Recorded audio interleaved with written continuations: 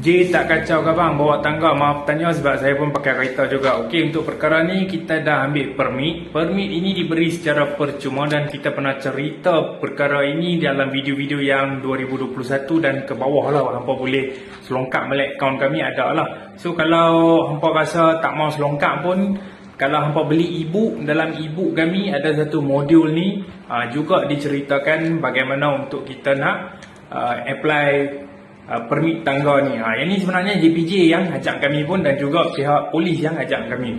Okey. So di sini saya juga nak bagi tahu Syam, jangan ada komen yang pelik-pelik terhadap pihak penguat kuasa lah. So kalau ada apa-apa yang tu bukan tanggungjawab kami lah. So apa-apa refer dengan JPJ terdekat hampa dan hampa pun boleh dapatkan permit ini untuk kenderaan hampa dan boleh buat kerja dengan aman dan damai. Okey, itu saja sekadar perkongsian. Boleh selongkap video-video kami yang lama, memang ada dan kami dah pernah tunjuk semua siap. Thank you.